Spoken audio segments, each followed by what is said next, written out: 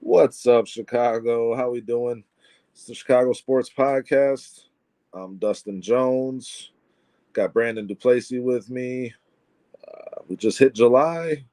Looking for some Bears talk. Then you're in the right place. We got training camp coming up in about 18 days. Thanks for being with us. What's up, Brandon? Not too much, man. What's going on? Just hanging out, talking to a good buddy about sports. Yeah, excited for this training camp. I mean, I I'm excited to see what takes place in terms of how the depth chart shakes out and some of these competitions across It's the defensive and offensive lines. it's strange, right? That the Bears have like positions in which multiple people might end up starting. It's been a long time. Well, hey, we got Bruce Pham in here. Happy Monday, bud. Thanks for being What's up, here. Bruce? Cliff Victoria, claw up, bear down. What's up, Cliff? He asked, are we going to be including Keenan, Sweat, and Bates, who were acquired by trading draft picks? That's a very good point, Cliff. And yes, I am definitely of that thought process. If that they use those draft picks to acquire those players, hey Cliff, then that certainly is a part of our draft haul for this past Hell off yeah! as far as Hell yeah! so we're supposed to be talking some Bears draft here, and my my biggest question going into this, and I think it's every Chicago Bears fan's biggest question, is Caleb Williams. Did we finally get it right at the quarterback position by drafting Caleb Williams?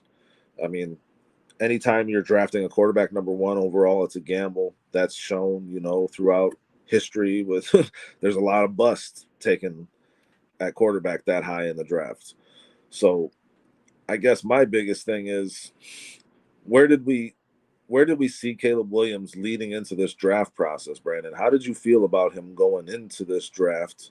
If we're going to go back and look at this draft, how did you feel going into this draft about the Bears having the potential to take Caleb Williams in the first place? Well, first I want to clarify this. A lot of people talk about the first overall quarterback being a bust. Quarterback taken anywhere is more likely a bust than not, right? Like if you look at any position in a draft where a quarterback is taken, no matter where he is in the first round, second round, third round, quarterback is more likely a bust than not, which is equivalent to any position in the NFL, right? The player is more often a bust than not. But you have to base your draft selections on a body of work, right? So like when Mitch Trubisky was drafted, I had a problem with that, right? Because we had watched 12, Nobody work. 12 Never. There's no. right? Yeah. 12 Yeah. games. We've seen a kid who's played hero ball, and we've seen a kid who's played within a system. And In two different high level programs within college football. yeah, from Oklahoma to USC. And I think if you were the Bears in the position they were in, there was no other choice, right? You heard a lot of the Justin Fields fans got pretty down on Caleb and talked about Jaden Daniels. There was no choice outside of Caleb Williams to be the first overall draft pick, especially if you wanted a quarterback that you're going to start week one, day one. I think Caleb has proven that he can play in a lot of different scenarios. Like he can play in a lot of situations, right? So he can play when he needs to win, like when he needs to make plays to win the game because his defense is bad. He can play in a system. He can play. He makes the throws required to play. Like if he's required to be the guy that does it all, he's done it. If he's required to be the guy that plays within a system, he's done that as well. So how I feel about Caleb Williams in terms of Bears draft picks, in terms of Bears drafted quarterbacks, I think this is the first time in my life that the Bears got the guy that they honestly should have gotten. That's what I feel like. No, for sure. And I mean, you mentioned like the Caleb hate that was. I just want to like take a moment here on July 1st to make sure we never forget the amount of Bears fans that were hating on Caleb Williams leading up to this draft, at the to the Which behest of Justin Fields in their mind, I guess, which right? is so Like, which is so strange because like Justin Fields was in this position at one point, right? Like it's a kid who's trying to prove himself to the next level. Like Justin Fields was the same guy as Caleb Williams 3 years ago. Like, right? Well, yeah, and but Justin Fields had endured himself to Bears fans by mostly getting his ass kicked, showing how tough he was, getting back up. But I mean, And I Justin Fields did nothing at the in terms of the it translating to winning, seeing professional quarterback play on but the even NFL field, Dustin, even the it collegiate didn't level. it didn't show. At the collegiate level, he was very good, Brandon. But was he comparable to Williams? I don't No, think no, so. sir, no. No, he wasn't. He wasn't. There's no Caleb No. Williams There's a much reason Caleb better was drafted player. #1 in this draft, and Justin Fields went 11 in his draft. I mean, Yeah, Justin Fields. There were some caveats with his game, and I mean, but he was he a good he had a player. very dominant college career. Let's just And be he played clear for about Ryan Day, and he executed his system, and he played well, and he got to a championship. They lost, right? He never won, it. right? Yep. But Played a but really good, really good team. Justin Fields' collegiate career isn't really comparable to Caleb Williams. He wasn't. I mean, he was on a good team. Caleb Williams is just a good player on a really bad team, Yeah, right? yeah. And again, like it's gotten to the point where it's like, let's just stop talking about this Caleb versus Justin thing. It's over. It's done. The Bears are moving on. But to me, it's kind of like the COVID thing. It's like somebody was wrong. You guys were very wrong. And let's just like not forget that. So next time when you try to tell me what it is, I can be like, well, remember you were saying we should all be wearing paper masks Yeah, over our no, face? well, these people, You were wrong, bro. these people kind of pretend like I don't know. It's weird, man. Like since we're a couple months into Caleb being drafted, and it's like all these Fields fans, like I never disliked him in the first place. Like, yeah, you Yeah, did, you kind of did. You kind of you did. did. I remember. I got the fucking receipts. Yeah. So, and I mean, I don't think that it was even about Caleb not what Caleb was gonna be. Like, we were talking about this last night, Brandon. And just before we move on to that, let me say, Cliff Victoria's in here with some good comments. Caleb was the undisputed #1 pick. Everybody knew it and said it. His floor is Trevor Lawrence, ceiling is Mahomes. Adam Rank was on here talking about, like Trevor Lawrence being that floor for him, and I kind of agree with that. And then asking, should Williams have transferred to Alabama or a comparable school? I don't really think so. I think he found his he was good with the coach he had, the system he was in. He had decided he was rolling with that, So I think he was in the right spot for him. I mean, obviously it didn't translate into a very successful last season for him or a successful season for the team, but that was more about losing a lot of weapons they had and Well, not having a very good and in defense. regards to that, Cliff, I honestly, I'm gonna say this in honesty. Like, this is not biased from being a Bears fan. I think Caleb felt. I think he wanted to prove that he was good enough to win with a team that wasn't, Clemson or Alabama or LSU or like one of these Notre Dame, one of these schools that is going to be there, one of these schools that is going to compete for the playoffs. I think he wanted to prove that. Well, first off, he clearly liked Lincoln Riley, but I think That's he the biggest reason, right? Lincoln Riley. He was connected to him. He was at Oklahoma with him, transferred to USC with him. That's and who he had connected I think he wanted to prove to himself that like he could win. He could win no matter what. No matter where he went, he could win. As long as he was familiar with his coach, he was going to be able to run a system. And Caleb, you know what? Dude, look at the statistics over the year that people call the down year for Caleb Williams. Look at the last year of his career. People call the down year. He still had a phenomenal season. He had one of the worst defenses in college football. They allowed 35 35 points points a a game. game. Come on, like the guy We got our didn't. guest in here, Brandon. What's What's going up? on, John? Gentlemen, thank you. I'm sorry I was running a little bit late. My No, it's apologies. all right, No man. worries. We're holding it down, guys. We got John Vogel in here, John Draft Vogel, here to talk this Bears draft with us, kind of recapping it. I know we're pretty late in the draft season to be talking about it, but it's worth recapping now going into training camp. How you doing tonight, man? Well, first off, it's never too late to talk about the draft. Okay, so we haven't started the season yet. There's still time. No doubt. But I'm doing great, guys. Thanks for having me. Appreciate it. Thanks for coming on, John. We appreciate you being here and thank you for your service. Thank you for the content that you put out. we're just wanting to get to know you and get your thoughts and opinions on this Bears draft and how it's going to impact this upcoming season. So starting there, man, just like give us a little bit of background about yourself. How'd you get into this business, and what drove you to do it in such an intense way?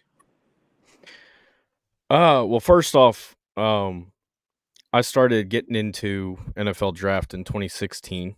Um, I had just, I guess I'd started blogging at that point a little bit, knew that I had wanted to do something in football. And I kind of learned watching, Todd McShay and, Mel Kiper and a lot of these draft analysts that they were wrong a lot.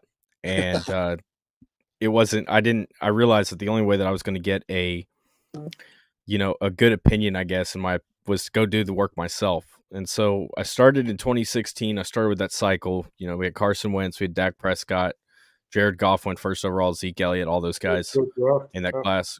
Fun class. And Yeah. got introduced to Draft Twitter, which was at the time a very fun place to hang out, talk football with a lot of different people.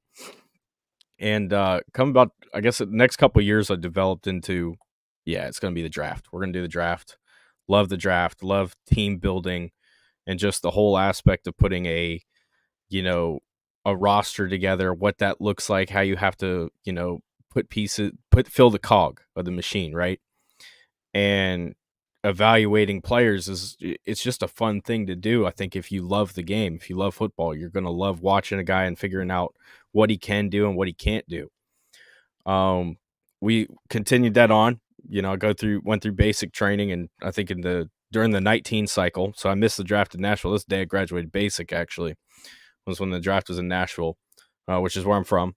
Okay. And but it was still, we got through that, came back here, launched a website that did pretty decently well.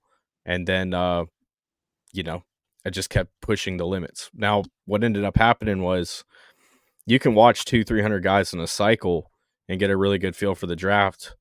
But to truly expand your profile in terms of when you're looking at a guy going, oh, I've seen this guy before. I kind of have an idea who he is, because I watched a dude that was similar to this 5 years ago.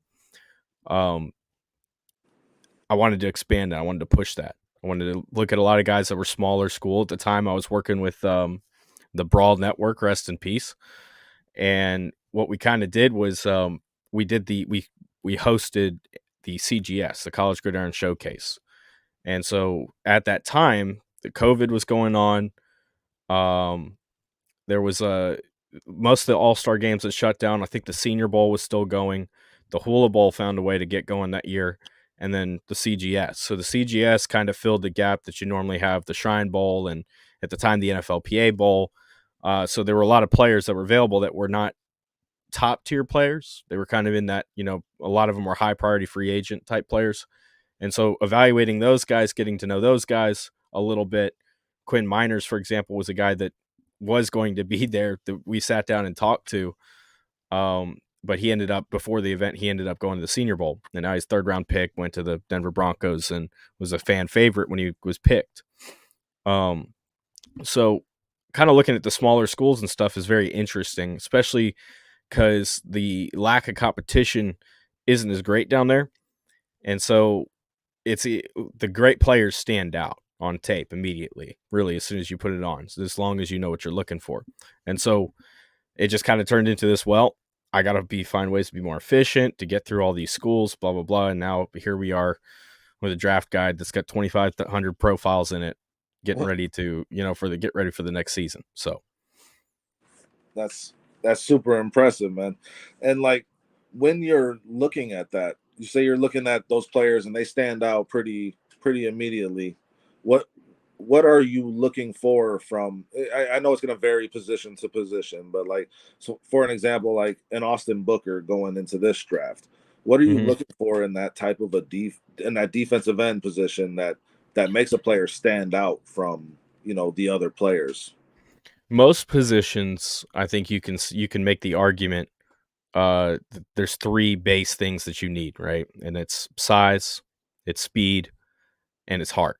Okay, so once you kind of have those three things now we have something we can work with. So the first thing that I always look at is size. All right, is he big enough? Is he fast enough? Is he strong enough? Those are really the three questions. So each position, yeah, varies, right? Because a wide receiver, I'm not going to ask a slot receiver to be, 6'5" and run a 4.43. You know what I'm saying? Like we don't see that very often. So understanding what those positions requirements are kind of goes into it. Understanding how they're going to project to the next level. For example, you brought up a defensive end. Okay, well, maybe Austin Booker is a good example to use here as a guy that, well, he's not really a defensive end. He's more of a stand-up edge rusher that you're going to put in a linebacker position because he's too small to put his hand in the dirt and really get after an offensive tackle to get to the quarterback. So he's not strong enough. He doesn't hit that check mark. He's not big enough, doesn't hit that check mark. Yeah, he's fast enough. But so we're going to find another position for him to play. So that's why he kind of fills into that role of more of a 3-4 outside linebacker, Hassan Reddick type edge rusher if you're going to go with the 5-man front, different things like that. So it's just looking for size and speed, is where it starts. And there are guys that you'll see, I've been doing this series in this offseason of calling it small school gems, guys that just pop at these small schools and already have at this point of their careers going into the year.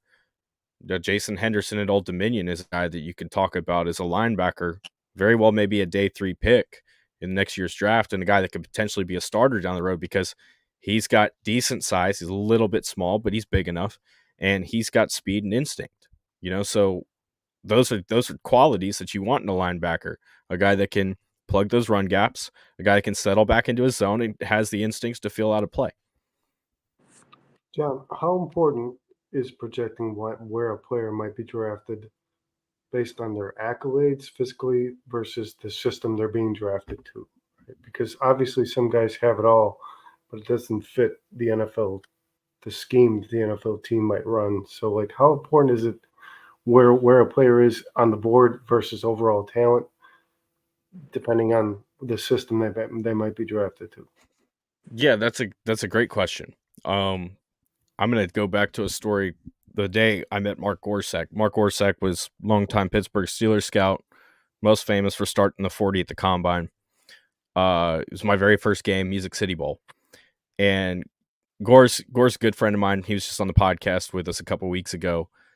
And he's a guy that just loves football. He's a football junkie. He's a guy that wants to get into, guys, if you love the game, he's going to teach you. He's going to give you a pointer. And so he kind of noticed that I was very passionate about it. It didn't know as much.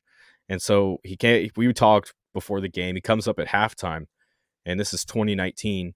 We were watching Mississippi State play Louisville. And he goes, "Did anybody stand out to you in that first half?" I said, "Yeah, that Chauncey Rivers out of Mississippi State, man, he's a freak, and at the time 6'3", 255. And he said, "Well, yeah, he's a little bit of a tweener. We don't know if he's going to play defensive end or if he's going to be a stand-up edge rusher. He might be too slow to do that too." So we call them tweeners. They're kind of in between positions. Right. And he said, "You got to look at where the direction of the NFL is going. Most teams are going to a 4-man front." He said, "Okay, even when you look at a 3-4 defense right now, it's a base 4-man front. You're rushing 4 after the quarterback. You're trying to get that space eater on the inside that's going to contain two blockers so that you get one-on-one opportunities with your defensive ends on the outside." He said, "And then if you got 2 guys on the middle that can take double teams, and now you got a defensive end on a tight end." And he kind of changed the way that I looked at the game a little bit in the sense of understanding. You have to understand where the trends are going. That's a very important thing to understand. Now, scheme is everything when you're looking at a guy. In this previous draft, you look at Jared Verse, Braden Fisk, both going to the LA Rams, first, second round picks, right? Perfect scheme fits. Perfect. And they have the team chemistry already because they played together last year, where they understand how they're going to attack different players, and they have that familiarity and camaraderie where they can work with each other. So that's they fit into that scheme too. When you look at, Kobe Turner is their big defensive tackle who's going to probably have to partially replace Aaron Donald this year, right? Okay, so Kobe Turner, he's a 6'2", 6'3", 280-pound defensive tackle that's got some decent athletic ability. Braden Fisk, 6'2", 6'3", 290-pound defensive tackle. Okay, very similar players in the way that they attack their gaps. They're gap shooters. So, and then Jared Verse fits that Byron Young role, where they can interchange those two if they like. So, scheme fit makes a lot of sense. Now, when I was scouting last year, looked at Anthony Richardson for 4th overall pick to the Colts. The Colts made the most sense in the world because if you look at the scheme that they were projected to run, Shane Steichen just worked with Jalen Hurts in Philadelphia. Now he's going to get a bigger, more athletic version of Jalen Hurts. He's going to build an offense around him. He's going to keep that offense as simple as he can, teach it to Richardson and get him into that game. That's a perfect fit for him. You know, if Anthony Richardson goes to the Tennessee Titans, you're handing the ball off to Derrick Henry, you know? At that point, Derrick Henry's still there. So you're handing the ball off to Derrick Henry. You're asking him to be a play-action quarterback. That's not his strong point. His strong point is to give him a quick read, understand what the defense is doing, force that football in there. They don't take a lot of vertical shots down there in Tennessee. Richardson loves vertical shots. He's got a cannon of an arm. He wouldn't have fit there, you know? So Richardson really made the most sense going to Indianapolis, and that was a scheme fit. We'll never know now if, you know, he ends up on a different team, how bad he might end up being. But we know that he's going to be a guy that you want to be very careful of if you're in the AFC because you're going to have to deal with him. Yeah, I love Shane Steichen. Yeah, I want to shout out Trax. He's in the building. Said what's up to everybody. Dustin, Brandon, Draft. We got a good amount of people in here. Cliff's still with us. Thanks, guys. Yeah, thank you for being here, guys. Keep the comments coming. Yeah, And can I get a quick Jalen? Quick shout out to Bridges Scoreboard, your Northwest Indiana Chicago sports headquarters with the Hall of Fame menu and the coldest beer in Chicagoland. Guys, it's a good joint. It's a good place. A lot of sports memorabilia signed on the walls. Clearly a place where a lot of former athletes like to go. So check out Chicago, Bridges Scoreboard in Northwest Indiana. Yeah, they host a lot of our live events. They got a great place, great service, really good food. If you're in the area, check them out, guys. So what I wanted to ask you, John, was I was reading that your favorite quarterback right now in the NFL is Jalen Hurts, or you were a big fan of him coming out of the draft, right? And you were mentioning how, you know, there was the comparability there between Hurts and Richardson going into that same type of scheme. You had a first round projection on Jalen Hurts. What scheme made sense for him going into that draft in your mind? When you're evaluating, like you said, you're looking for the size, the speed, the heart, and then you got to account for scheme. It's a lot of work that you're doing to get these profiles together and projections and all that. And we really appreciate you for it because it makes it easier for us to digest everything. But how did you project Jalen Hurts going into the NFL? I mean, I'm just curious based on the fact that you were super high on him, you're a fan of him, and you're also an Eagles fan, from what I understand. Yes, yeah. We're gonna keep that part quiet while I'm on a Bears show, okay? But no. So the first thing that stood out to me about Jalen was the way that he handled himself his last year at Alabama. You know, if you remember, you go back to that championship game. I was a huge fan of Tua Tagovailoa as a true freshman. I saw that guy play. I saw the way that he handled himself. I knew that he was going to be a legitimate option. And the entire season, as Jalen is playing and they continue their playoff run, I kept kind of arguing Jalen's holding this offense back and Tua needs to play. Saban's not making the right choice. I don't know what's going on, which, you know, we look back on that a few years later. That's what Brian Dable was arguing every week. But Saban had his guy. He's very loyal to his players. You don't make a mistake. You don't force me to change the trajectory of the team that I'm not going to. So they go down in the national championship game. He gets benched at halftime. Most humiliating way that you could possibly think of it going. Oh yeah. And then Tua comes in and leads them to an overtime victory. Okay, so Jalen had every opportunity at that point to just go ahead and transfer. Go play somewhere else. And he didn't. And he had every opportunity as well during the spring and summer to say some things and, you know, maybe talk about how he'd been done dirty and all this extra stuff. And he didn't. He just worked. And when he came out there and Tua goes down the SEC championship game his second or third last game there at Alabama, he showed so much improvement in the way that he threw the football, the way his mechanics were. And that's a guy that you just saw that had been working, right?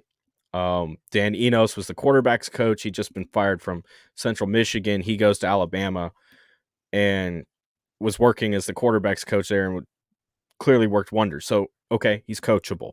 That's the first thing. Second part was he comes into Oklahoma that spring, which I wrote articles about that offseason about. Jalen was my Heisman favorite. And that's going into the 2020 year, or 2019, excuse me. So, there were a lot of different people that were being talked about. I think there was a Miami quarterback, Derek King, that was being talked about a lot. There were several other guys that were in the mix. And Jalen goes to Oklahoma, squats 600 pounds. I mean, name a quarterback off the top of your head outside of Jalen Hurts that can squat 600. And that was in the first month of him getting to Oklahoma. Okay, so he's got the work ethic. Those are two very important things of being a quarterback in the NFL, I think, is being coachable and then also having the work ethic to go with it. And then he goes to the Lincoln Riley system. It's a spread. They open up they let him throw. They let him, improvise and play his game. And he's fantastic. He's the runner-up for the Heisman. Joe Burrow comes in there and has an awesome year. Yeah. They go to the playoff. Burrow and that LSU team, arguably the best team in the 2010s, knocks him out. That's respectable. But then when you looked at him, so the way that I was looking at it was, this is a guy that I wouldn't want to put him in a scheme where I'm going to ask him to throw the ball 50 times a game, put the ball way down the field. I would really ideally want him in something that's you're going to incorporate some spread, but you're going to attack the field in a lot of different areas. So he could probably operate a West Coast. He'd taken those strides over the last 2 years, improved tremendously as a passer, was still getting better. And so I thought he had the work ethic and the coachability to make up for any deficiency that he might have. As long as he has a good running game, Jalen's going to be a very, very good quarterback in the NFL. We've seen that. They've gone to the Super Bowl. Once that run game kind of starts to diminish, I think that's where you're going to see Jalen start to kind of fall off a little bit and kind of go into this tier maybe with, Dak Prescott. But that's what I saw was he's got the work ethic and he's coachable. And those two things right there can make up for a lot of deficiencies across the league. Your first round pick is typically a starter, a guy that's going to play, a guy that you can build your franchise around. That's what you're trying to get with your first round pick. And if you're trying to get anything else, then you're probably not drafting right. Okay, so that was their. He went the second round. He goes to Philadelphia, and the rest is history. But I thought that he would definitely stick in the league, and I stuck to it. I'm glad I did. He's made me look really smart, and I'll always take that. Hell yeah. Yeah, no, and I definitely like just the way he handled the whole benching in that national championship, like you said, just the composure he had throughout that. You could see like he might have had some issues with the passing to start his career in the NFL, but even that you could see like he kept working, he kept trying to improve and trying to add things to his game even through that first season where he played with Philly. So yeah, no, I really liked reading that, because I was high on him coming out of college as well. I don't think we've seen him hit his ceiling yet. I think that's what's crazy. He's still getting better. Yeah, I'm still turning on the games. No, they are because, that run game started to fall apart, especially toward the back end of it. But I'm telling you, when you watch every guy, I've watched just about every game he's played now, right? And I'm still seeing him do things I didn't know he could do, which is telling me he's still getting better by the game. And it's incredible. Yes, sir. Well, I'm sure you've already started your homework on the 2025 NFL draft, and every major source has Luther Burden as the number one wide receiver in the NFL draft. And I personally believe that Tetero and McMillan will end up being the number one receiver in the 2025 draft. How do you feel about that? It's an interesting it's an interesting proposition. I think the first problem is McMillan will probably not have the what's the word I'm looking for? McMillan's not going to have the quarterback. You know, Yeah, I was gonna say. Will Rogers is not a great quarterback. You know, he had issues in Mississippi State with accuracy, making decisions, and you know that air raid offense that they ran out there the first few years he was there helped to boost his stats, made him look like he was a lot better than he was. But when you watch his processing and just how far off he is on a lot of his throws, it's not great. And that's what kind of got exposed. Isn't Fafita coming back for another year? Fafita's my bad. I was thinking McMillan out of Washington. My bad. Yeah, no, you're right. Oh, Fafita's a little bit better. Yeah, you're right. No, I got my players mixed up. So no. I could see that.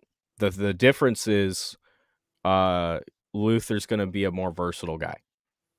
Okay, so run after catch right now is king. Yep. Luther's amazing after the catch. He's an absolute vicious beast, and he's built like a big running back.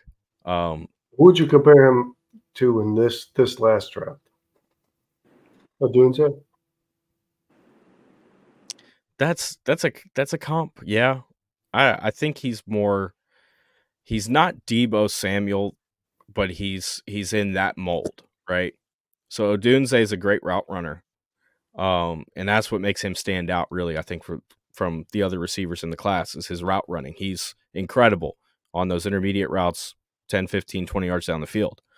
And he had a great quarterback in college, Penix, that could hit those every single time.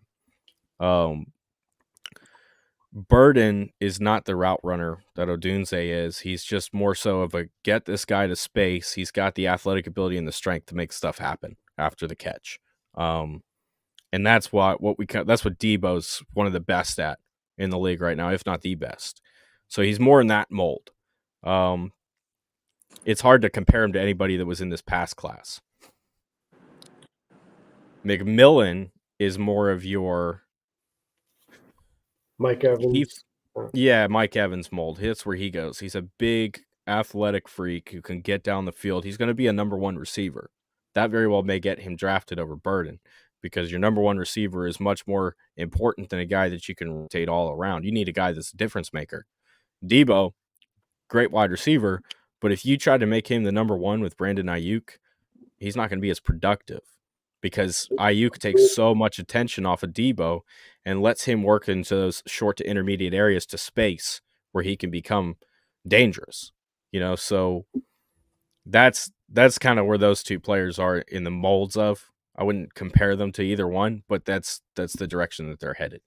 Well, speaking of receivers, and you were just talking about Odunze, in this previous draft, where did you have Odunze ranked amongst the receivers going into it? Yeah, I had him up at 2. You had him at 2 over which receiver? MHJ first? Malik Neighbors was first. Oh, yeah. Me too. We did too. We had Malik Neighbors first. Okay. The Odunze to me is a one receiver.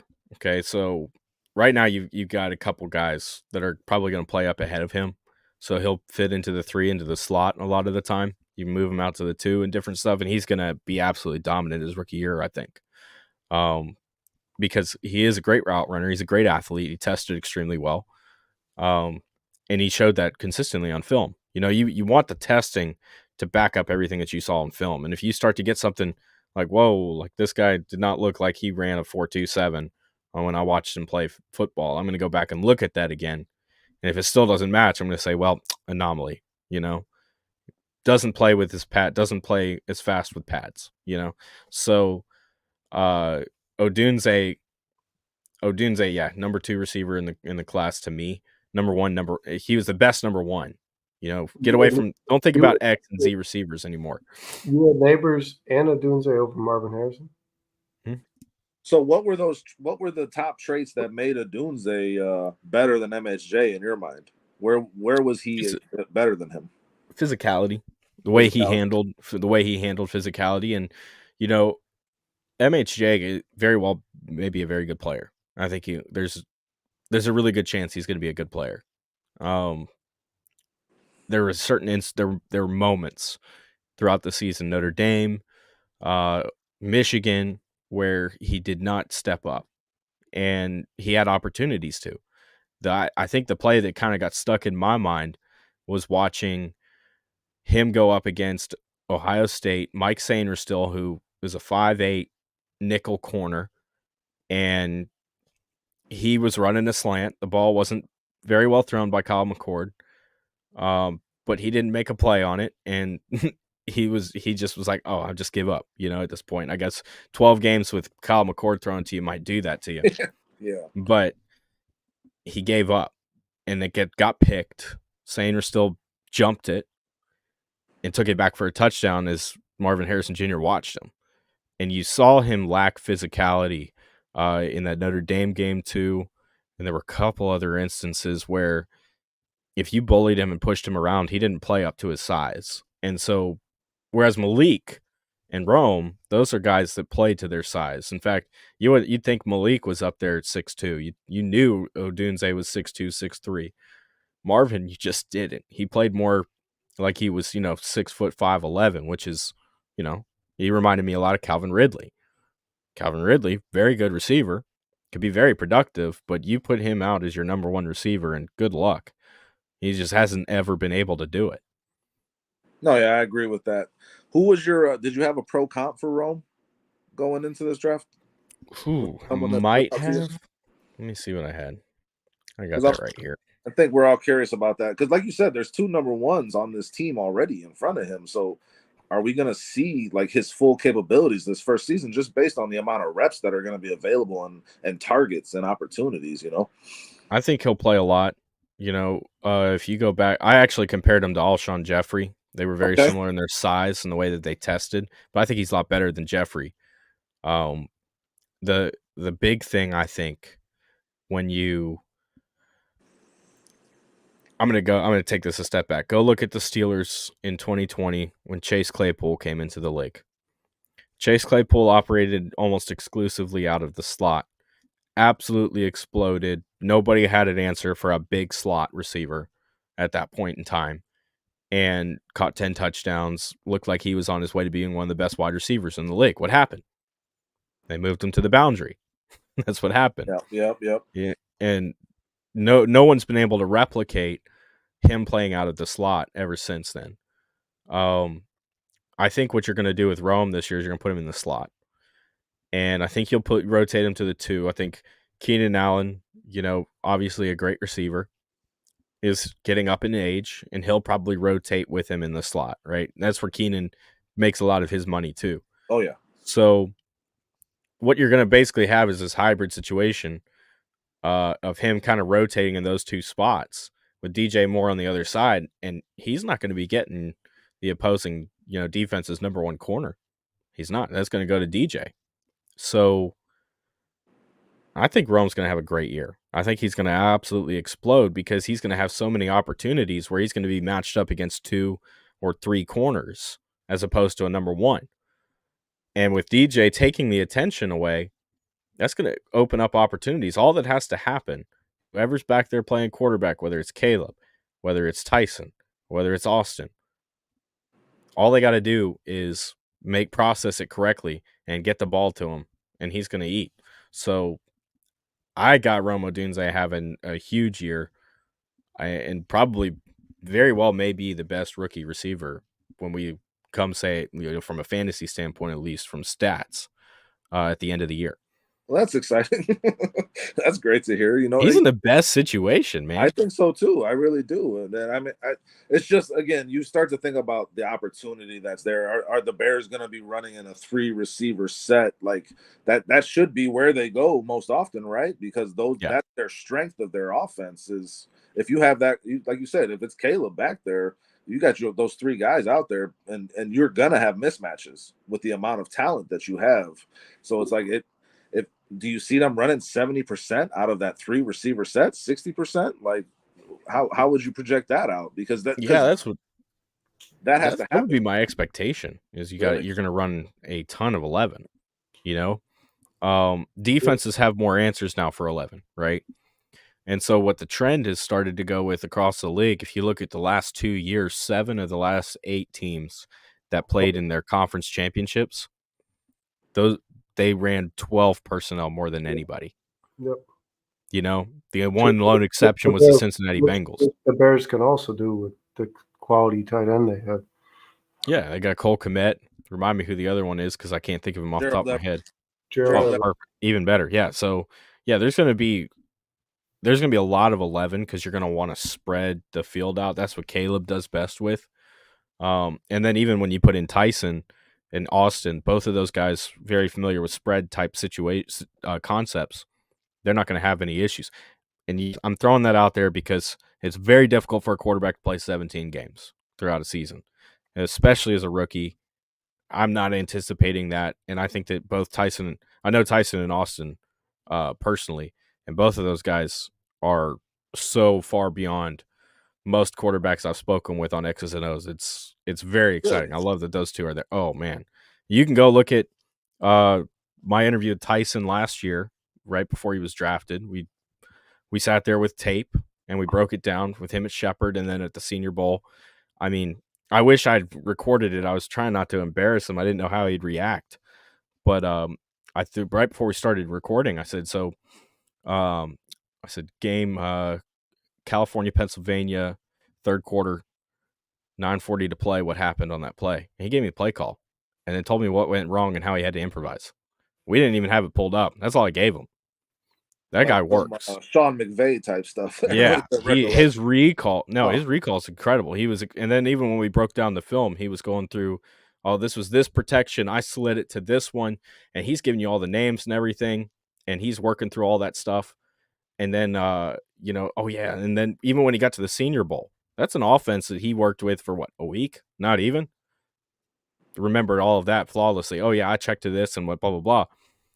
He's incredible. And then we sat down with Austin too, on the Sick podcast this past year, and Austin was the same way, where he was just, I understand the game really, really well, and he was breaking stuff down to the point where even I'm sitting there kind of struggling to keep up with him, going, okay, because we don't have it in front of us as he's explaining it.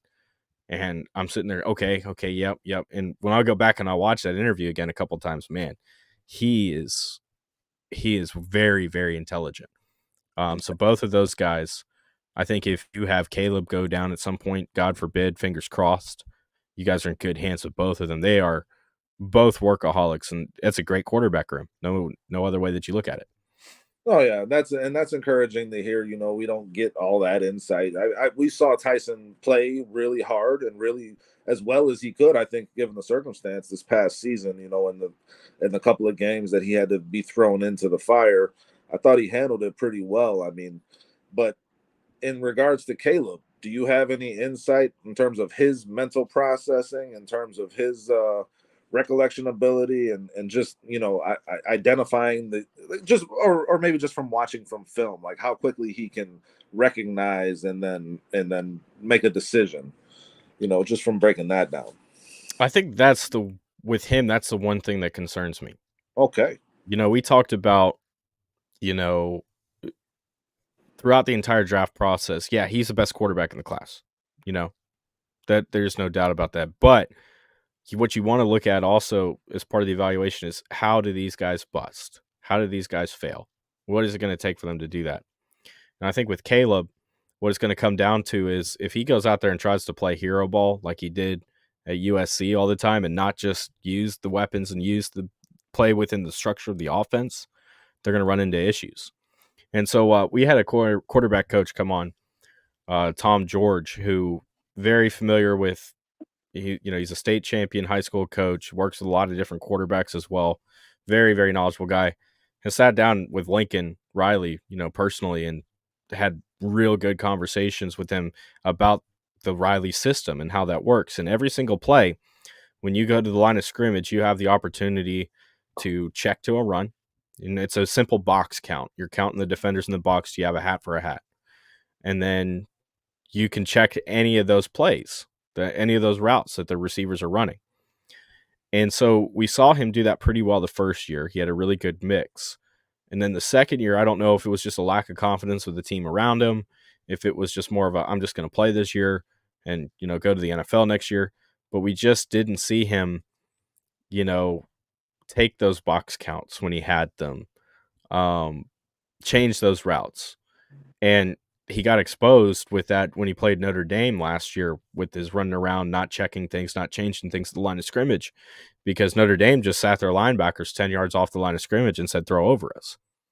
And it didn't happen. They had the pass rushers to get to him. So as long as he plays within the structure of the offense, the Chicago offense is going to hum. They've got all the pieces. They've got all the weapons. Their offensive line is probably at the least, you're probably the least concerned that you've been about it in the last 10 years. So yeah, I'd have to agree. I'd have to agree with that. The one unknown is in Chicago, at least, but besides what we've seen in Seattle and in the previous stops, is Shane Waldron in terms of the system that he's bringing here. Is he bringing a system here in your mind that's gonna be something that Caleb can play within and inside the structure of that offense? Like, is he gonna make that easy for Caleb to recognize and play within? I think so. He had a couple quarterbacks last year in his system. Because if I remember correctly, Shane came from Seattle. Yeah. So he worked with, Drew Lock and Geno. Geno Smith. Yeah. And found a way to help that offense run, probably when it probably shouldn't have been. They didn't have a lot of great pieces across the board on that offensive line. Those quarterbacks are not what you would call top 20 NFL quarterbacks. He found in running game was inconsistent because Kenneth Walker was in and out of the lineup. But they found a way to do it. So I think it's just more so the one issue too with the Waldron hire that didn't make a lot of sense to me was you've got Luke Getsy that you're getting rid of. And Getsy's very well thought of in the coaching community. He got that opportunity at the Senior Bowl, worked with Tyson Bagent. That's part of the reason that Tyson went to Chicago as an undrafted free agent. It's because of the relationship that he worked on with Luke. Yeah. And there's not a lot of difference between their schemes, I don't think, and at least their general philosophy. So you get rid of the quarterback, you get rid of the offensive coordinator, and I was a fan of Getsy through most of last year. I know a lot of Bears fans weren't. I've talked to Adam Rank about that. He's not happy still. Yeah, we were not fans of what we saw here in Chicago. No. But what I was looking at was he was trying everything to make Justin work. And they were rolling out all sorts of different concepts, different philosophies. They were rotating. They were going through Luke Getsy's, the absolute extent of his knowledge. And I feel like they found some success in those last 6-7 games of the year when they strung together some wins. Justin came back in the lineup and they started to kind of figure things out. You came away with a really good win against Detroit, Yeah, for sure. I thought that if you're going to hire an offensive coordinator and change out Getsy, you want to bring in a guy that's either going to be polar opposite or he's going to differ a lot. But they come from the same tree and they've worked from a lot of this, with a lot of the same type of people. And I'm not sure how that's very different. When I guess Shane's got an advantage at the very least because he can come in here and go, okay, well, we tried all of this last year. Now we can kind of hammer down on the things that worked.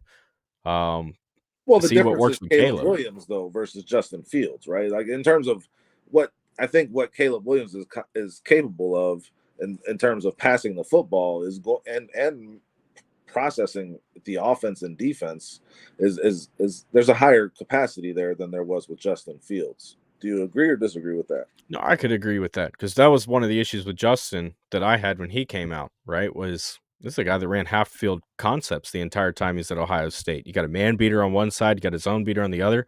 It's a simple read, is a man or zone, and then bam, go at it.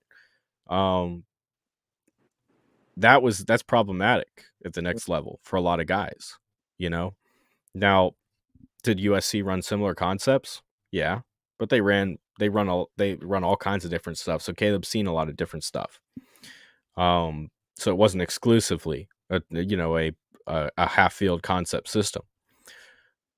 It's still, I don't know. I didn't think I didn't think Getsy deserved it. Maybe I think is probably a better way Yeah. of saying it with Okay. everything that he went through, and then to kind of bring in a guy that has a lot of the similar, philosophy, the way that he addresses offenses and all that stuff.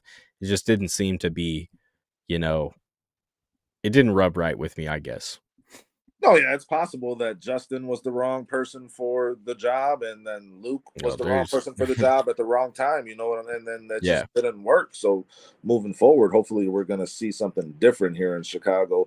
And based on some of the things you've said, you expect this offense to hum based on the talent that's on here. And I think Waldron should be able to develop an offense here that plays to the players' strengths, and they have some really good strengths on this offense right now. absolutely. Well, offensive line's better than it's been.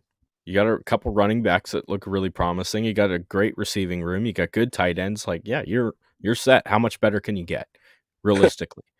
You know, Guys, real quick, without let So me what's Go ahead, Brandon. give a shout out to River Street Tavern located on 102 River Street in East Dundee. Open Tuesdays through Sunday. It's your ticket to Chicagoland's biggest games and most delectable food. Guys, Wednesday nights $2 burgers, Sunday nights half price wings. So go see Kyle, my twin brother, at River Street whenever you get a chance. Thanks. Tuesday half price tacos. Yeah. So my question was going to be then. Let me see if I can remember this. You were saying that. What were you just saying? You were talking about. Getsy, offensive coordinator Waldron. Yeah, yeah. No, it was. Oh, we were talking about the Bears offense. You said how much better can it get? Mhm. What's the biggest question mark on this Bears offense? Caleb Williams. Okay. That's the question. Because when you get rid of a young quarterback, like Justin Fields, that maybe you started to get some synergy with, maybe you didn't.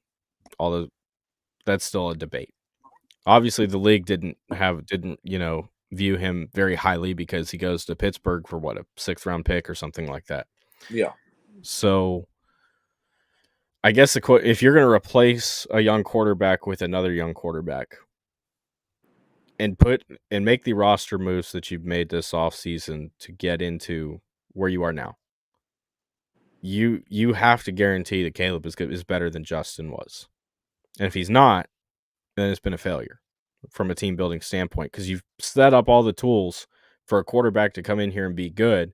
You've replaced the quarterback, and now you brought in a new guy. And if it doesn't work, that's not good. So Caleb is the question mark at this point to me. I think if he comes in here and, like I said, if he runs within the structure of the offense, you're fine. I think you're going to move the football. You're going to score a lot of points. You got a really good defense that if you can't score points, it can keep you in a lot of games. And so the offense is going to have to be abysmal for the Bears to not be competitive. I think 9 wins is probably a really good, safe expectation. I think anything less than that is kind of a disappointment with the way that with the money that's been put in this offseason, with the roster acquisitions you've made, and the fact that you went out there and moved on from your quarterback and got a new guy. So Caleb's under a lot of pressure from, a media standpoint, from an expectation standpoint, just because of the situation. John, can I ask you a question? As a draft analysis expert, there's been a lot of kind of hot and cold feelings about one of the picks the Bears made this year in the 4th round in Torrey Taylor, the punter, which is a very high draft selection clearly for a punter, but probably the best in the draft. How did you feel about Torrey Taylor before the draft, and then how did you feel about the Bears picking him where they did? So I think when you have such a solid defense like the Bears do, you've answered as many questions as you possibly can on the offense. The first question that you address as a team is, okay, looking at the guys that are on the board, looking at our roster, looking at our depth, is there anybody that makes us better right now than the guys on our 2 deep, right? And if the answer to that is no, except for the punter, take a punter. You know what I'm saying? So Torrey obviously was great. I saw him at the Blue chip talent, right? Absolutely, yeah. He's as close to what you're gonna find to a generational talent punter. Like he's that good. Where did you project him to be drafted? Oh, it's impossible to project a special teams guy, man. It's Yeah, impossible. I thought he'd get drafted. I thought he'd be a little bit later because that's typically where, punters go in the 6th, 7th round. But yeah. I could understand they didn't have, 6th, 7th round picks. It was there or never. Unless you just trade back, which you may not have had the suitors. So yeah, take the punter. Um, I don't like to overthink every pick, and go, well, what was the value really there? Da, da, da. Well, you got to look at also the situation. How many picks they have? Were they able to trade back? Was it valuable to trade back? Were they going to get anything else out of it? Could you guarantee he was going to be on the board? So you If like all those questions can't be answered, yeah, take it. Special teams is a very underrated aspect of the game, especially now. With the kickoff change yeah, that's happening. We saw that in the XFL. People tuned in, or last year watched the XFL. We know what that kickoff looks like. We know that there's probably going to be a lot of strategy, a lot of testing that's going to come into play. And if you look at the Iowa, team last year that Torrey played on, had a great defense, abysmal offense, absolutely terrible offense. oh god awful. Torrey won them a lot of games, Yeah. Pinning that offense back and letting that defense go get a touchdown or a safety or something that won a game, literally. So Torrey can be an absolute weapon in terms of field position. And if you've got all those questions answered across the board, offense and defense, and you feel really good about the roster and you don't think there's a guy that could come in there and compete immediately that's on your board, yeah, go ahead and take the punter, especially if he's a guy that can flip the field for you. I gotta say that's the most convincing argument and compelling argument I've heard towards the punter being drafted. Like I'm actually thinking about it, and I understand special teams is important. I guess my thought was like we needed another defensive end, but then they went and took Austin Booker anyways. They traded back in the draft. Like I was more concerned that there was other positions of need that would impact the game a little more. I thought, especially given the fact, like we're talking about this offense and how if it's humming, how much do you need a punter? Is that like one really important time of game? Like if your offense is moving the football, the punter becomes less necessary in my mind. Like that's kind of the way I was looking at it. Yeah, so let's think about that for a second. That's a really good point that you bring up. If you go think about the NFC North right now, that is a vicious division. Oh yeah. So you can realistically expect yourself to be in games with Green Bay, 28-28 fourth quarter, 31-31 with Detroit. Maybe you've got a tough one against Minnesota at 17-17. You know what I'm saying? Yeah. You get into the fourth quarter and you're tied. And let's say the offense gets stopped. There's 5 minutes to go. Who do you want trotting out there to punt the ball for you? You want a guy that's got really great control, has really great legs, going to flip the field, give your defense another shot? Or you want to have whoever you guys had last year? I couldn't even tell you who you had last year off the top of my head.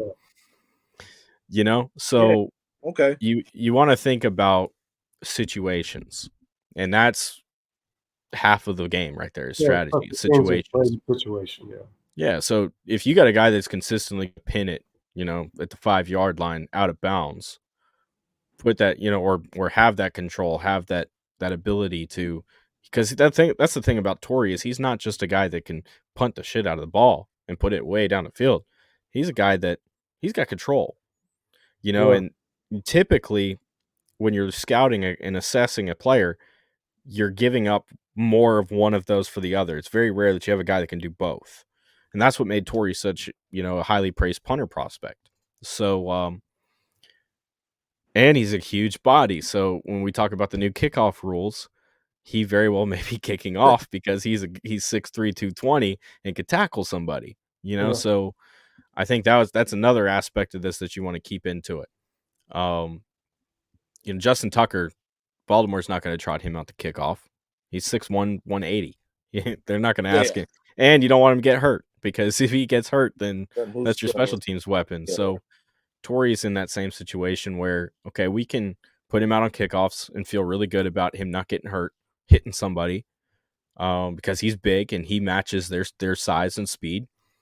And then when we're in a tough game and it's, or it's 31-28 and you got to pin them back with 2 minutes, he's a guy that's going to be consistent and get that job done. Okay. Well, like I Really said, good analysis, John. Really good analysis. I appreciate that. No, yeah, seriously, it makes me think a little differently about it, which I really do appreciate. And in that vein, like talking about the overall draft that the Bears had, how did you grade that out when it was all said and done after the 2 picks in the top 10 and everything they did? How did you grade them out for this draft? I thought they did well. I mean, when you have 2 picks in the top 10, first off, yeah, go slay, King. You know what I mean? They did it, and Romo Dunze was exactly who Caleb said he wanted. So you're even giving the quarterback props. That's perfect. The board fell perfectly for you. You didn't have to move anywhere. You didn't have to give up any more picks, or didn't feel the need to accumulate anymore. I think the Yale offensive tackle we haven't talked much about. He's a guy that we were talking about as a junior, as being a real legitimate tackle. He's not going to be right away. Yeah, Kieran's a good player, and but he's going to be a guy that you can develop potentially into a starter. And then we've touched briefly on Austin Booker, and Booker, I think Booker is going to be more of that, because I saw Cliff down there in the comments kind of talking about him a little bit, going, well, if he's not really a defensive end, how's that fit with our 4-3? Well, I'll tell you, when you go to base defense right now, which you don't do that too often, but when you go to base, you're typically going to have a strong side linebacker that's going to come down. He's going to play more as a pass rusher in that sort of zone, right? Where maybe he's being asked to play some contain and hold the quarterback, or maybe he's asked to force the quarterback, whatever that role is. You've got a lot of teams that are starting to put 5-man fronts out there because of the numbers game. If you're going to rush 5 after the quarterback, which by NFL standards is a blitz, that's a one-on-one opportunity across the board, right? Yep. One defensive lineman for every offensive lineman. Okay, well, if they run a 6-man protection, now we go back to do you have that guy in the middle that can eat blocks? Is there a guy in the middle that you cannot leave one-on-one? If the answer to that is yes, then Booker's lined up on a tight end. And that's a valuable, second down, third down play, because Booker can take care of a tight end, even right now. So even if his role is minimal in his rookie season, as they ask him to continue to, build on his body and build up his muscle and put on weight, get up to 245, 250, hopefully. That'll probably be the role that he's asked to play, where he can kind of be that guy that we can get after the quarterback, hopefully get our tight end matchup, or drop back into coverage, play zone, and sit in that flat or that cut or that curl and just kind of take that zone away. Do we have that space eater, that man eater in the middle in your mind, if you're looking at this defensive roster right now? Let me look. I can't remember off the top of my head. Well, we got Javon Dexter. That's kind of who I was kind of alluding to. Javon Dexter, second-round pick last year. Yeah. Had some ups and downs his rookie season, but we're expecting a lot from him in this defense this year. We need a lot from him for this team to be successful, I think. You could. Now it's matchup dependent. There's some matchups that he's going to be able to. Now, if he takes a step this year, yeah, you've got a guy that's going to do that. More the guy that I'm looking more at, I think. Let me make sure he's on the roster, because my breakdown isn't completely up to date. But is Zach Pickens and Andrew Billings is still there, right? Yes, correct. Okay, so Billings would be the guy that I'd be more comfortable. So the way that you can kind of disrupt it, a lot of teams do this now, is you line your nose tackle up in what we call zero tech, which is head up on the center, and you slant him. Okay, so if you can slant him into the A gap, or B gap, everybody else is slanting, right? Because the A gap is on either side of the center. So if you're lined up head on the center, you're going to slant into the A gap. Okay. So it doesn't matter which way. You slant that way. What you're hoping to do is you're hoping to take that guard, because if he's going to beat that center, if that center can't handle his strength and his speed coming off the line of scrimmage into the A gap, the guard is going to have to pull off of whatever he's doing and do that. So slanting is a huge part of that. I think that's Billings is probably more of your guy. That's going to really? be your double team eater. Yeah, Dexter can get there, but Dexter was always more of a bull rusher when he came out of Florida, and 100% power. Yep. that's okay, but you want a guy that he's a little bit more than that. He's got a little more juice. So, we got yeah, Cliff asking if our 3 tech, are we looking at Dexter or Pickens? Because we Dexter. Dexter, right?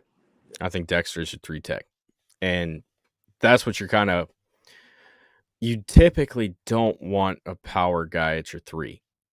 But I don't think that you're going to ask Pickens or Billings to get into the 3. I really don't. I think you're going to rotate Pickens with Billings. Okay. At the 1 or the 0. That's how they have it listed. Yeah. Mm-hmm. Okay. Sorry. Say that again. That's how they have it listed. Currently, Pickens is behind Billings, and Dexter and Keith Randolph, who's an undrafted free agent out of Illinois, is actually behind Dexter. Which I was surprised that he was undrafted. Randolph's a good defensive tackle. Yeah, he's a good one.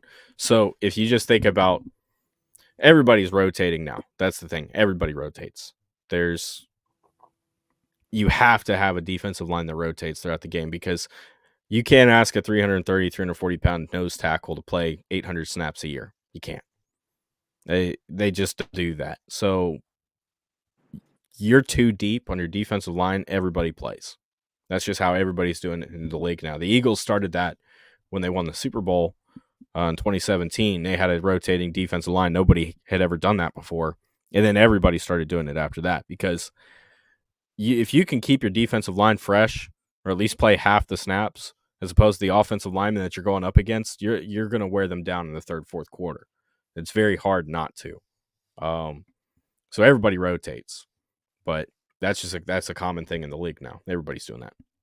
Yeah, so we're just kind of hoping that our rotation is is going to be good enough to make an impact along that front 4 because right now we have Montez Sweat, which he's a game changer. He's shown that. He showed that last year. But on the opposite side of him, I don't know what we have in terms of that rotation. Are we hoping you're saying Austin Booker's not that person basically with your analysis, right? So are we looking at Walker as that person, and do you think he's up to that task? Walker always people tried to play Walker as a outside, like a defensive end 5 tech, and he really did his best in Tennessee when he moved to the 3. So I think that he's going to kind of be that pivot. You're going to have one defensive end that's going to pivot. He's going to be a 3 and a 5. Okay. Depending on the alignment. That's going to be Walker. I think the wild card here is Dominic Robinson. And Robinson, people are really low on him in Chicago, man. He had a really I was super high on him coming out, but he's not performed well yet in terms of he needed a year or 2 to adjust, Healthy scratch for the last 4 weeks. Yeah, but he needed a year or 2 to adjust. He played in the MAC, played at Miami, Ohio. He's listed as Sweat's backup. So you have Walker, Booker, and Sweat Robinson. I think you're hoping Robinson is the guy that steps up and develops into that place this year. That's interesting. That's it because a lot of people are writing him off, and I've been super high on him. It's been hard to kind of stay on Dominic Robinson Island, but like are you saying when you're watching tape, do you see potential for growth and progress in his game? Oh yeah. He already hits all the athletic things. You're not worried about that. Yeah. I always like to tell defensive linemen when I talk to them and that, hey, you're playing a chess game. You got to understand that your moves set up how the offensive lineman is going to try to block you. And once you kind of understand how you can attack a guy, that's when you really start to unlock your potential. as a defensive lineman. So I, from what I'd seen, and this is the notes that I had a couple years ago when he came out, was that he didn't have a plan developed yet.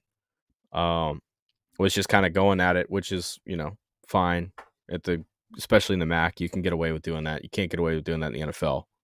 And so I think that's kind of what happened to him, is he kind of got in that habit. He's still trying to figure out how he's going to attack people. He's still trying to learn about all that. It's very difficult to ask a guy to develop his hand use. I've talked to a lot of defensive line coaches about that, because that was a question I had as I was, evaluating defensive linemen more. Because you got a guy that's been doing something all through high school and then all through his career in college, and then you're asking him to change his, muscle memory essentially and learn something else. And that can take a few years to adjust. Not everybody can do it. So I think that's what I'm saying, is that's the guy that they're hoping steps up into that role and fills it. I think he can. He's got all the traits that you want athletically to do it. Now he's just got to finish the job. He's got to go in there and, okay, if I've got a vertical setter that, is going to try to engage me with an inside punch, I have to understand that the inside punch, the counter, the inside counter is where he's going to be weak. And I've got to set him up so that he oversets and gives me the counter. And that's a very difficult thing for a player to kind of pick up on, because you've got 2 seconds to get this thing together. Well, like I said, I just didn't expect to hear Dominic Robinson's name in that when it came to that question, man. But that kind of excites me, because, like I said, we're not hearing it a lot. He's kind of the forgotten man, but if he could be that missing piece for this defense, that's exciting. That's exciting. I have one more question for you about this defense. I don't know, and it might be a loaded question. We're a Bears podcast. Where do you got this defensive backfield ranked? If you're looking at the NFL as a whole and the defensive backfield that the Bears have going into the season, where would you rank them? I think on the corners, you're a little weak. I think on the safeties, you're looking a lot better. Obviously, Jalen Johnson's very good. You don't have a really great 2 compared to a lot of the rest of the league. I really like Jaquan Brisker. I think Kevin Byard may play a little less than we're anticipating. He might fill more into that nickel role, as like a big nickel when you don't have Kyler Gordon on the field. Overall, top 15. I wouldn't go as far as say top 10, but you're killing me, I man. think your 2 corner is kind of the weak spot. So if you got Minnesota you got to deal with, you got Green Bay you got to deal with, and Detroit, those are good receiver rooms. They might be able to, and they've got good quarterbacks too, I think. Oh yeah, that can throw the ball and get it there. I think that's where you're at your weakest. What did you see from Tyreek Stevenson last year in terms, because coming into this year, I got very high expectations for him. I think he can turn into a top cornerback in this league based on the way I saw him play last year and the physical traits, the size, speed that he has in terms of sticking with the receiver and being able to battle on contested catches. What did you see from him? I think the only reason he didn't go higher was because he had the off-field concerns when he came out of Miami. So he's definitely got the talent too. It's just, so with Tyreek, I think one, he's a little, I'm making sure I'm not misspeaking. I think he's a little small, a little slight of frame. Obviously, he's tall, for sure. He's got the height, in terms of being he was 6 foot, 198 when he came out. A lot of corners are starting to move away from that. Yeah, I know Jalen was 6 foot 2, but Jalen is proven, right? The second thing I think with him is reaction speed. The corner position, we look so much at the 40-yard dash, and then we watch the combine. Oh, this guy ran a 4.38. He's going to be or Nate Wiggins. Nate Wiggins ran a 4.29. He's going to be an amazing corner. No, he's really not, because you put on the tape and you watch Nate Wiggins give up. He's using his speed and recovery every single play. Every time they go deep, there's a 10, 15-yard cushion where he's 3 steps behind the guy and he catches up before the ball gets there. That's not going to fly in the NFL. I don't think Stevenson was particularly reactive. I thought he played a little bit. I thought he played a little. What's the word I'm looking for? He's played faster, or tested faster than he plays. So I'm not personally very high on him. I think when you look at the other teams in the division, Detroit's corner situation isn't great, but when you look at their two compared, like they got Terry and Arnold that came in They there just to drafted play. Terrian, yeah. Brian Yeah, Brandt. Terrian's going to be really good. You look at Green Bay. Green Bay's number 2 corner. Who's that? I'm pulling this stuff up as I'm going. They just drafted him. Yeah, they just took who did they take? Well, did they take Nate Wiggins? The guy we were just talking about? No, they went safety. They took Javon Bullard. No, Oh, I think their number 2 corner in Green Bay right now is Stokes. Eric Stokes. Yeah. Okay, so Tyree Stevenson is better than him. And I can see Tyree Stevenson having a better season than Stokes in terms of just with inner division, that number 2 cornerback. I might be a homer here, man, but I really liked a lot of what I saw. You might be a little bit of a homer there. I like Stokes a lot, though. I might be a little high on Stokes too. That's the thing. John, can I ask you a question? Yeah. Where do you? Because I was very skeptical because we're talking about, as I asked you before, scheme versus athletic ability. Did you think that Xavier Worthy was a first-round draft pick based on just the combine alone? No. No, I didn't either. No, but going to Kansas City, right? He's going to play the Tyreek role. Yeah, he's going to play the Tyreek role. So he's going to, and they need a number 1 receiver right now too. He's not going to be their one per se. Depends on Rice and his whole situation. He's got like 3 legal battles he's fighting right now. Yeah. But he's going to play the Tyreek role, right? That's what you're going to ask him to. Yeah, take you off the top. Yeah. And you got a quarterback that's got an ungodly arm and can throw it as far as he wants. Okay, so an ungodly everything. Yeah. Well, I would say Tyree Stevenson is going to be a top 5 quarterback in the NFL this coming year. Hey, I could be very wrong. I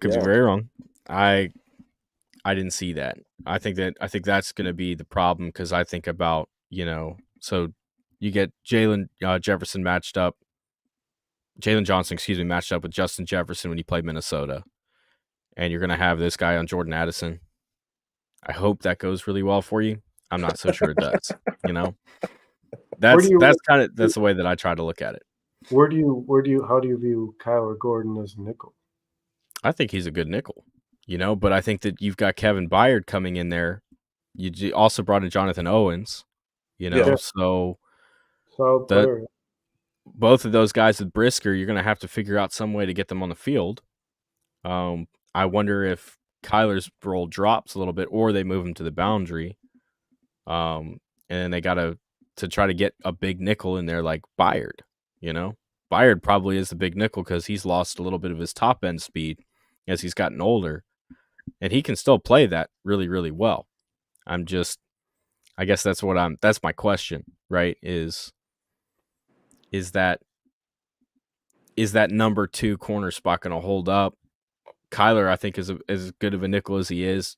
Do you want him on the field or do you want to go big nickel? I think it's going to be very matchup dependent.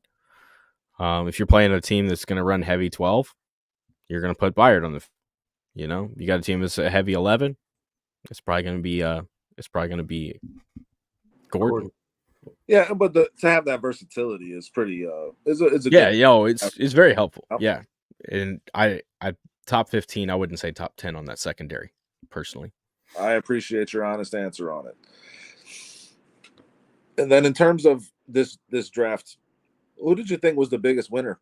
Just in general, because we brought up Worthy and like the Chiefs, I thought had a pretty solid draft. But who do you think came out the biggest winner of this draft? Biggest winner, biggest loser? What are we looking at? The Eagles. Well, the Eagles did a great job. The Eagles did a hell of a draft. They did a great job.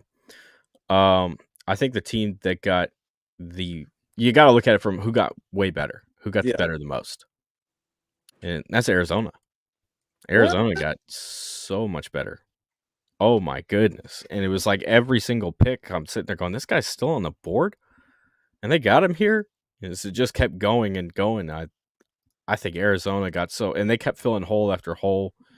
I I know I thought the, was hard on Marvin Harrison Jr., but that's a good wide receiver that's I going to thought the fit for them. Steelers did. I thought the Steelers did a really good job. The Steelers did a really good job too, but So the we'll see how their third round picks hold up at the next level. I think that's gonna be a can of worms. Hopefully that never gets opened. I thought they into who? Both of them. Okay. Both of them.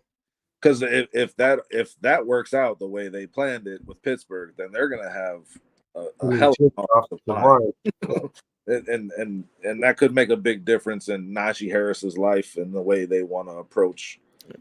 I think it's pretty clear. You can see they're moving on from Najee. They've already made that decision. I love Najee. Najee's so much fun, dude, to listen to. Yeah. I would sit with him in a room in a bar somewhere and just sit there all day talking football and talking trash with everything else. He's so funny. But like, you can see they're moving on from him. They're already they're looking at this running back class in 25, which is incredibly deep. And they're going, we can get another guy that's going to complement Jaylen Warren a whole lot better. Yeah, Warren's definitely stepped up. I could see Najee Harris, having a breakout year and a prove it type season. There was still some flashes. I'm holding on hope for him because he definitely has not lived up to the expectations. I just more think that you're looking at that Pittsburgh Steelers team. Their plan was to change their identity in this draft with the offensive linemen, the road graders they drafted to really just tear apart the team across from them. They're trying to lean more into the old Steeler way, right? Mm-hmm.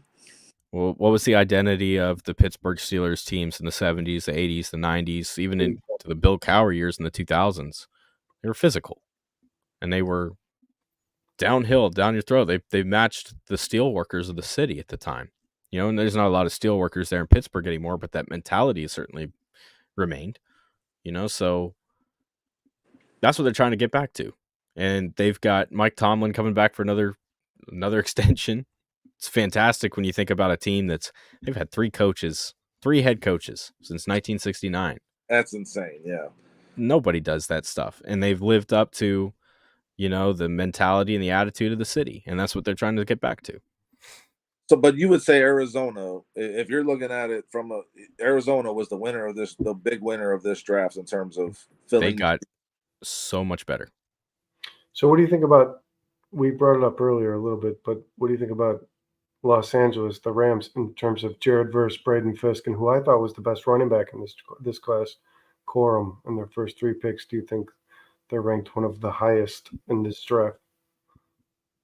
They did really good. What they're going to do is, they talked about this. Jordan Rodriguez, I think, put out the article in The Athletic talking about their building pods that they're going to rotate. So they're going away from, the traditional rotation, which is okay, just tap on the shoulder, tap here, rotate out, whatever.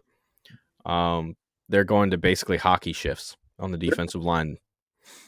And it's going to be scary. Yeah, like in terms of just getting on and off the field, like it's not necessarily the same. Is that you could run into some complications there? Isn't there more like planning that needs to go into that, or is that what you'll do is you'll put them out there at the start of a drive, and they'll probably play the drive. If you get 7 plays in and you get to a point where they're first down, it's not a problem. People rotate 3-4 guys all the time at the same time. But what they're going to do is, if you think about it, it's going to help, first off, 12 men on the field penalties. That's not going to happen as much because these guys know who they're working with and they know who's supposed to be on the field. It's not going to be this guy subbed out because he's running, or whatever. They've been practicing with these guys. They know who's supposed to be in their pod. So that's the first thing. Second thing is, it's going to build a lot of synergy between the guys, and then also take that synergy that, let's say, Jared Verse and Braden Fisk built, and this last year Florida State, and Kobe Turner and Byron Young built this year with the Rams in their rookie year, and they're going to continue to build on it. Hey, you don't have to change anything. We're not changing anything. You're going to stay there. So as long as they can stay healthy, that's the key here to it, right? Is if they don't stay healthy, a lot of this Yeah. goes out the window. But they're building these pods so these guys learn each other extremely well, and they just rotate them like hockey shifts. Come off the field, come back on. How much do you think Corum plays in where Kieran Williams clearly had a phenomenal Mhm. second half to last year? How much of a role do you think Corum plays on that team? They probably a lot. And the Rams have made it, a point to draft a running back every single year. Yeah, Because seems to be a trend that's here. intentional. Yeah, it's intentional, because Kieran, if they can get a good running back, a good capable rotational back that with can a fill some 48 sort of role yeah, every year, you're good. You're golden. You're never going to have to sign any of these guys to a long-term deal either. You're never going to make that Todd Gurley mistake again. like So the Titans do. Yeah, it's just a rotation. It's just a rotation. So Corum is going to be more of your third down guy, most likely, right? Because he's a pass protector and he can hold up as a receiver extremely well. So I think Kyron's probably a little bit better of a receiver than Blake is. But Blake's a pass protector. Blake pulled some incredible reps when he was in Michigan, when he was asked to pass protect. Like, I couldn't believe it was. we I'm like, saw this little guy, pass protecting? Are you kidding me? So, but no, he can do it. And so no, he was there for McCarthy for sure. I think his role will be not as well recorded on the stat sheet, if that makes sense. No, it does. He's a workhorse, man. He's a workhorse. He is. They need that protection for Stafford.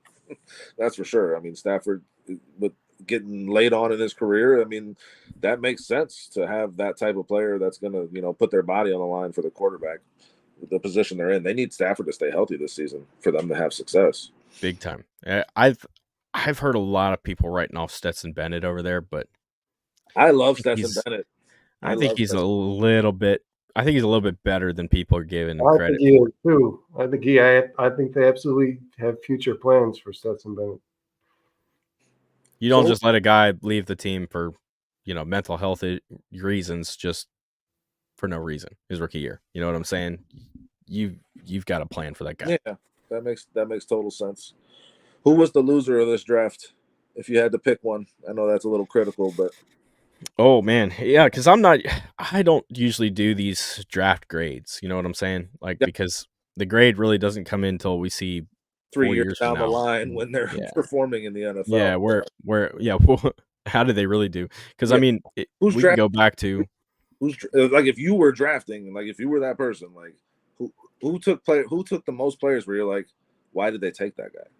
Like, or does something stand out in your head where it's like, how did that guy go there? In terms of just where you ranked him.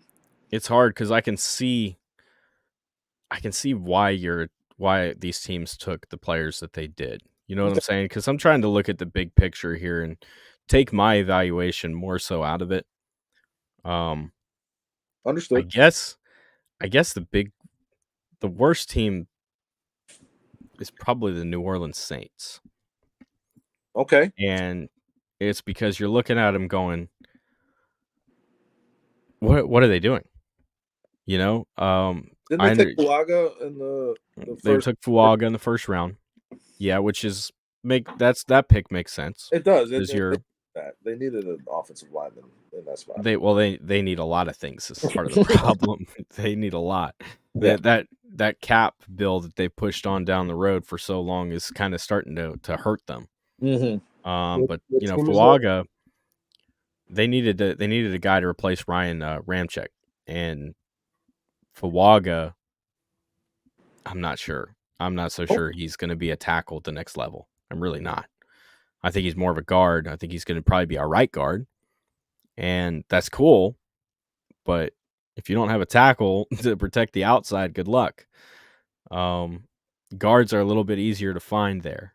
And so, that's Tennessee is a perfect example of that. They took a guy that projected as a guard, even though he played tackle in college the year before in the first round. Peter Skoronski, they got a great guard now, but they couldn't protect their quarterback. The biggest was Skoronski in that draft too, was how high. As a Bears fan, and I'm not being biased, I have a question. Like, obviously the Packers desperately needed some offensive line help. They drafted Jordan Morgan at tackle. I believe he's more of a guard than a tackle, but Mm-hmm. they drafted 5 defensive backs following that pick. Do you think the Packers were in a higher side of the draft or a lower side? It's tough. They see they had a lot of picks though. Do you think Yeah. Reynolds? Do you think he's a tackle or a guard in the NFL?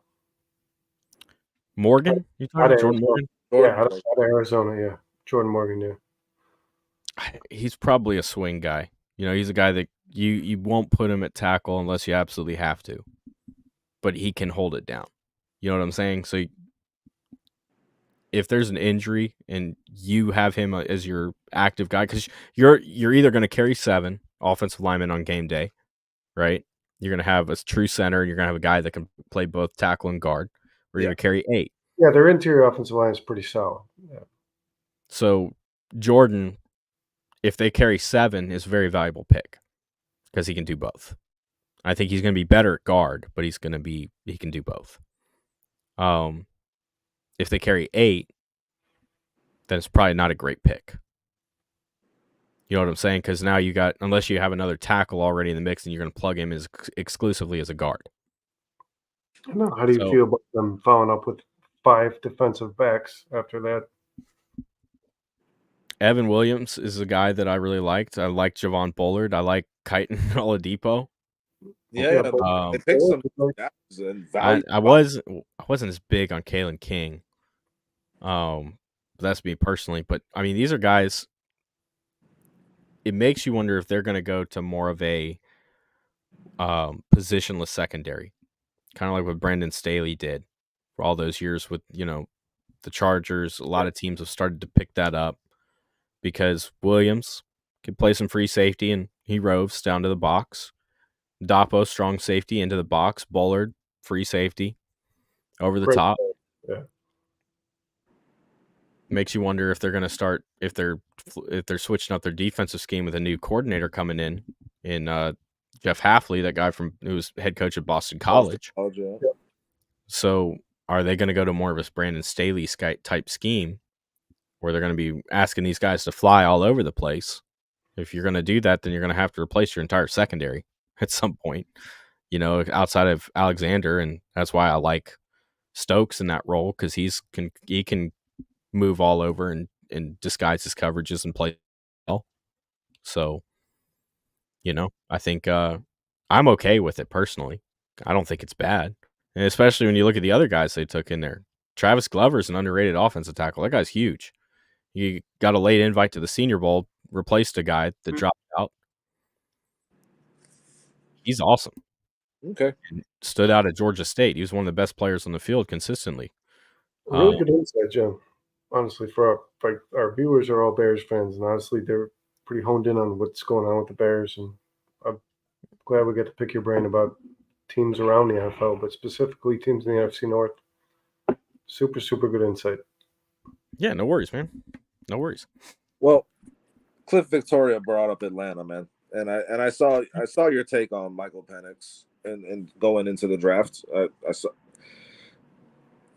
I know you don't want to knock these teams because you can see what their plan is. You're saying you can kind of see how do you see what the plan is there with Atlanta taking Michael Penix in number 8, man? Like, how you got to spin it. Justify that. You got to spin it. This is going to be a politician style spin, okay?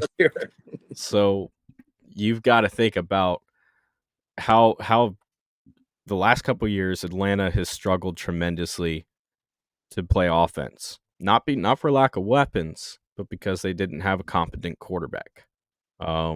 Especially last year. Oh yeah. Desmond Ridder cost Arthur Smith his job. They have all the pieces there. And so I think the way that they're looking at it is, yes, Kirk Cousins took a 4-year deal. In reality, when you look at the money and the way it's structured, it's a 2-year deal with options to extend to 3 and 4. Yeah. So you're really only betting on him being there 2 years. And then I think they're looking at some of these other teams across the league going, Jordan Love looked really good, After really good for a couple years and learning. Right. Yeah. Aaron Rodgers before did that too. You know, so I think what they were kind of looking at was, hey, we got a guy that we can use to replace Cousins and have our quarterback situation figured out for the next decade. I think that was the philosophy behind it. Do I think it was a great decision? No. I think it was with all the issues that you have with your team, you just dished out $100 million to Kirk Cousins for the next 2 years. Guaranteed him. Yep. And you're going to turn around and pay first round money for a guy to sit behind him. A guy who's already, up there. He's older. Compared to other quarterbacks. Which is why that's the other question here. You're not even taking a guy that's young. You're taking a guy that played 6 years, was already older. That should have been lefty. Already. Yeah. I'm not knocking lefties. I'm just saying you're going from a right-handed quarterback to left-handed quarterback. That's a much bigger difference. Already set up, for that right-handed quarterback, right? And the ball spins off different. Receivers talk about it all the time. It takes an adjustment. So it's not even, you can't even really feel good about him replacing Cousins if Cousins goes down to an injury and going seamlessly. I like to differ to not differ, but I like to turn to what Mike McCarthy says on his podcast, the GM Shuffle. Just Mike Lombardi. Michael Lombardi. Every week, oh yeah. Where he talks about Super Bowl winning GM Terry Fontenot. That's it. That's the line right there, because obviously he's never won a Super Bowl. So yeah, I love him. I love him with that. So yeah. I don't think you can defend it. I think you were a pretty good politician there in terms of how you did it, but the true answer came out, in terms of how you felt about that pick. Man, it's been awesome having you here. You've given us some great insight just now. I mean, let's not gloss over the fact that you just talked about how the ball spins off of a left-handed quarterback versus a right-handed quarterback and how that affects the receivers, which I've never thought about before in my life. Like that insight is great. I want to make sure that gets recognized. But I want to end by asking you this. You said 9 wins is a good expectation for the Bears, and this is a Bears podcast. Now, is that your expectation? Do you see them at 9 wins? That's their max? Because I that would put them out of the playoffs. What I'm asking is, are we a playoff team? Are the Chicago Bears a playoff team this season, in your mind? They have the capability to be. I think there's 3 things that's going to have to happen for them to be a playoff team. One, they're going to have to win 3 division games. Doesn't matter which 3, you're going to have to win 3. Go 5. Yeah. Okay. That's going to be tough because Detroit's very good. Green Bay's very good. Minnesota's going to be competitive. So you probably have to beat Minnesota twice. And Ron, you are the first person to say that on this channel. Me and Dustin have been preaching this for 3 months. That Minnesota team, regardless who's playing quarterback, that Minnesota team is a very competitive team. They're going to compete. They're really well coached. They have 2 great coaches on that coaching staff. And I wouldn't be shocked if J.J. McCarthy plays a lot sooner than a lot of pundits are making it sound like right now. JJ's miles ahead mentally, than most people his age. With Kevin O'Connell and Brian Flores, they're not gonna be a pushover team. They're not. No. With a carousel at quarterback, that's the one. That's the question. You're gonna have to. So I don't think you're gonna beat Green Bay twice, and I don't think you're gonna beat Detroit twice. So if you can find a win out of both of them, then you're probably okay. I think you can find a way to beat Minnesota once, but I really think you're going to have to beat Minnesota twice, because I think it's going to be very difficult to get 1 win out of those other 4 games. I'm just reasonably speaking. I think the next thing is Caleb is going to have to play in the structure of the offense and do exactly what he's asked to, and let the team and the machine run. Don't come out here and start chucking the ball a mile and trying to make every big play and run out and put together a montage of highlights. Don't do that. You don't need to do that. So that'd be the second thing. And then lastly, I think what you're going to have to do is you're gonna have to go 500 against the AFC, or 600, right? 3-2 because you got 5 games against the AFC. Because this NFC, you can take care of business. I think playing the bottom dwelling teams Mm-hmm. in the other conference, in the other divisions. Okay, but playing in the AFC, that's where it South, gets your got the advantage. AFC South this year. So you're talking Texans, Colts, who should be much improved, and we're almost in the playoffs. Who's the last? Yeah, who's the last one? There's one more that you're gonna have to play. That's because you get that Jaguars. 5th AFC team. Yeah, no, the Jaguars are in the AFC South. I'm blanking on it right now. It's the Titans. No, the Titans are the AFC. They're in the South too. Patriots. There you go. Okay, so it's very realistic. It's very reasonable. You can find 2 wins. You can probably beat. You might be able to beat the Colts. You probably can beat the Titans, and you can probably beat the Patriots. So it's very realistic. But you're gonna have to find 3 wins there. So we're talking about 6 wins, and then winning 3 more or 4 more to get in the playoffs, I guess, against the rest of the NFC. That's what's gonna have to take. So, do you think they're going to do it? It's possible. It's possible. It's Caleb Williams is the key here, guys. Very different than Adam Yeah, Ray when he was on here in terms of the Bears record. But I appreciate your diplomacy. We got John Vogel, Draft Vogel from the Sick Podcast. It's been a pleasure with you, man. Just great insight throughout, and real cool dude, man. Just fun to talk to. We appreciate your time tonight, and thank you for your support. Appreciate you guys. Thank you very much. Thank you, man. Thanks for coming on. All right, Chicago, good night. Bear down. Thanks for joining us on this Monday night. Again, John Draft Vogel, the Sick Podcast. Check him out on social media. He's got a lot of great content on there. All right. Take care. Brandon, have a good night, man. Great job tonight. You as well. Thanks, Dustin. All right, John. Thank you. Bear down, guys.